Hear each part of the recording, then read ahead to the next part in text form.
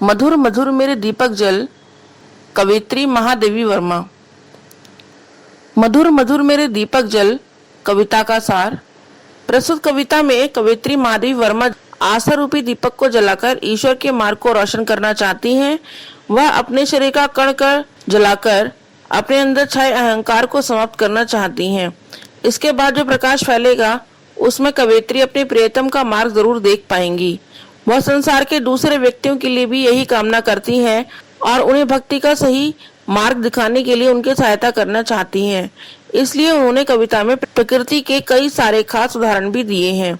उनके अनुसार सच्ची भक्ति के मार्ग में चलने का केवल एक ही रास्ता है, आपसी ईर्ष्या एवं देश का त्याग। कविता इस प्रकार है।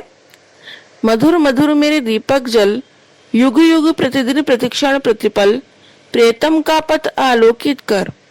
सौरभ फैला विपुल धूप बन, मृदुल मोमसा घुल रे मृदुतन, दे प्रकाश का सिंधु अपरिमित, तेरे जीवन का अणु गल गल, पुलक पुलक मेरे दीपक जल।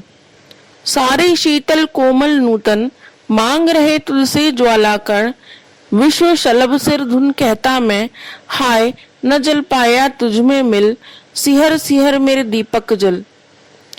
जलते नभ में देख असंख्य, स्नेहहीन नित कितने दीपक, जल में सागर का उर जलता, विद्युत ले घिरता है बादल, विहस विहस मेरे दीपक जल। मधुर मधुर मेरे दीपक जल कविता का अर्थ। मधुर मधुर मेरे दीपक जल, युग युग प्रतिदिन प्रतिक्षण प्रतिपल, प्रियतम का पथ आलोकित कर। इन पंक्तियों में महादेवी वर्मा ने ईश्वर के प्रति अपनी अपार श्रद्धा को व्यक्त किया है।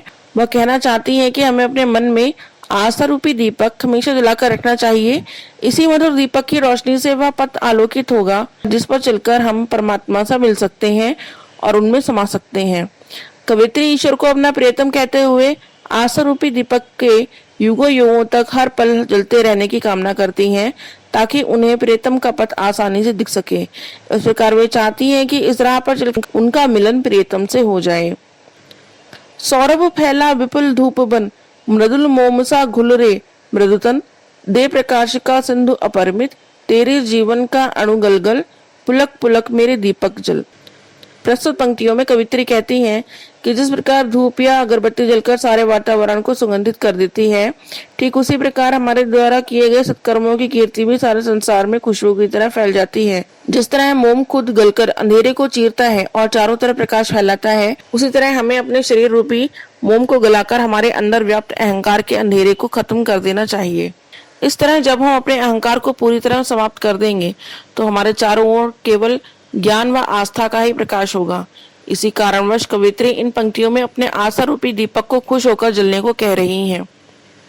सारे शीतल कोमल नूतन, मांग रहे तुझसे ज्वाला कण, विश्व शलभ सिर धुन कहता मैं, हाय न जल पाया तुझ में मिल, सिहर सिहर मेरे दीपक जल। इन पंक्तियों में कवित्री संसार के सभी प्राणियों के बारे में बता रही हैं जो आस्था की ज्योति को सांसारिक भोग विलास में ढूंढ रहे हैं। इसी वजह से वे अभी तक प्रभु की भक्ति के मार्ग पर नहीं चल पाए हैं। पूरा संसार किसी पतंगे की तरह पछता रहा है कि वो आस्था की ज्योति में क्यों नहीं जल पाया, अर्थात उन्होंने अपने अंदर बसे अहंकार का नाश क्यों नहीं किया। अब भी सभी कवित्रों से आस्था की ज्योति का एक कण अर्थात प्रभु भक्ति के मार्ग का पता जानना चाहते हैं। इसीलिए कवित्री दूसरों को प्रकाश देने के लिए अपने आस्था रूपी दीपक को तमाम मुश्किलों के बावजूद सिहर सिहर कर पूरी हिम्मत से जलने को कहती है। जलते नभ में देख असंख्य, स्नेहहीन नित कितने दीपक, जल में सागर का उर जलता, विद्युत ले घिरता है बादल, विहस विहस मेरे दीपक जल। इन पंक्तियों में कवित्री हमें यह संदेश देती हैं कि अगर हम अपने अंदर ईर्ष्या द्वेष की ज्वाला जलाकर रखेंगे तो हम कभी किसी को प्रकाश नहीं दे सकते। यानी ऐसे में ना हम ईश्वर की भक्ति ही कर पाएंगे और ना ही हम दूसरों को उनकी भक्ति का मार्ग दिखा पाएंगे। जैसे आकाश में दिखने वाले असंख्य तारे को जलने के बाद भी दूसरों को रोशनी नहीं दे पाते हैं क्योंकि वे प्रेम रूपी तेल के बिना जल रहे हैं।